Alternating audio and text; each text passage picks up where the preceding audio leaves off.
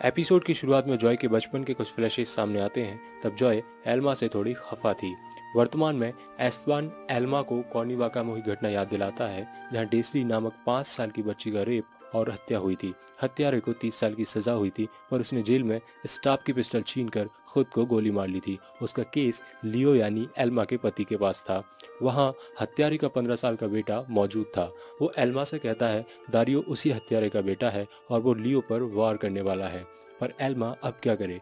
Esteban उसे समझाता है कि वो दारियो के साथ बाकी स्टूडेंट की तरह बर्ताव करे और उसे अब भनक न लगने दे कि एल्मा को दारियो के पिता के केस की जानकारी है। एस्तेबान एल्मा को उसके पिता के केस की फाइल देता है।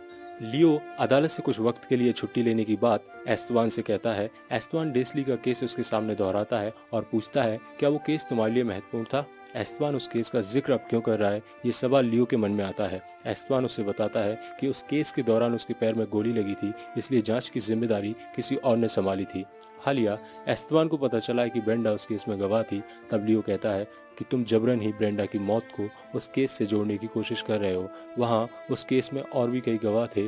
लियो रेस्टोरेंट का बिल भरने जाता है और जाते जाते एस्तेबान से कहता है भूल जाओ इन सब बातों को और मजे करो। दारियो जब फिर से एल्मा के पीछे आता है वो उसे समझाती है कि हम पहले जैसा बर्ताव नहीं कर सकते, तुम्हें इस बात को स्वीकारना होगा।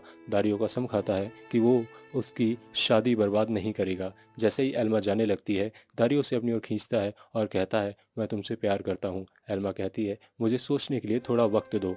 जॉय अपनी क्लास के दौरान एनिमस से चैट में मशगूल है। एल्मा क्लास में लेक्चर लेना शुरू करती है। वो साइबर उत्पीड़न और उसके कारण होने वाली सजाओं के बारे में बताती है। एस्तेबान ब्रेंडा के केस के सिलसिले में फॉरेंसिक ऑफिसर से सवाल करता है कि फाइल में ब्रेंडा का नाम क्यों मिसिंग है। ऑफिसर कहता है लियो ने इसे बंद कराया था, उससे पूछो। एल्मा दारियो से बात करने की हर कोशिश को इग्नोर करती है। मौका देखकर दारियो एल्मा का बैग चुरा लेता है और अपनी वर्कशॉप में ले जाता है। इसी बीच जॉय वहां पहुंचती है और दारियो से एनिमस के बारे में सवाल करती है, पर उसे एनिमस का असली नाम नहीं मालूम। करीना की मदद से जीपीएस के माध्यम से उसने ये पता निकाला था। दारियो उससे दोस्ती बढ़ाने के क्रम में जॉय का नंबर ले लेता है। एल्मा यूनिवर्सिटी में अपना बैग खोज रही है पर उसे नहीं मिलता। एस्तेबान ब्रेंडा के केस के सिलसिले में अपने एक पुराने दोस्त से मिलने जाता है। गॉडफादर से एस्तेबान पूछता है कि इस केस से ब्रेंडा का नाम क्यों मिसिंग है। गॉडफादर बताते हैं उन्हें बस इतना याद है कि वो एक ऐसी महिला थी जिसे कभी नहीं भुलाया जा सकता। उसने उन सारे आदमियों में से उसे पहचाना था। हालांकि ये भी बताया था कि उसकी दुकान तोएपुंजो सड़क के पास है। एस्तेबान की बात काटते हुए गॉडफादर कहता है दुकान मैक्सिको में नहीं थी, ना ही उसके बेटे को विरासत में मिली, जबकि उसका बेटा और बीवी उसकी आत्महत्या के बाद शहर छोड़कर चले गए थे।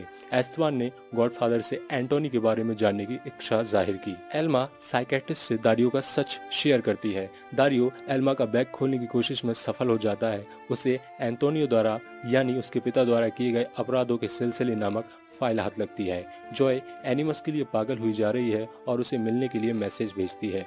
एल्मा घर पहुंचती है, अपने पति के साथ वाइन पीती है। वहां दारियो बैग लेकर आता है उसे लौटाने के बहाने। एल्मा को उसका बर्ताव पसंद नहीं आता पर वो लियो के सामने कुछ नहीं बोलती। एस्तेबान ब्रेंडा के घर की वीडियो रिकॉर्डिंग देख रहा है। पहली क्लिप में एक अनजान शख्स जिसका चेहरा धुंधला है और दूसरी क्लिप में दारियो ब्रेंडा के घर में जाता दिखता है। जाते वक्त दारियो ने बेल्ट पहना था पर अब वो लौटा तब उसके पैंट पर बेल्ट नहीं था, यानी एस्तेबान का शक सही निकला।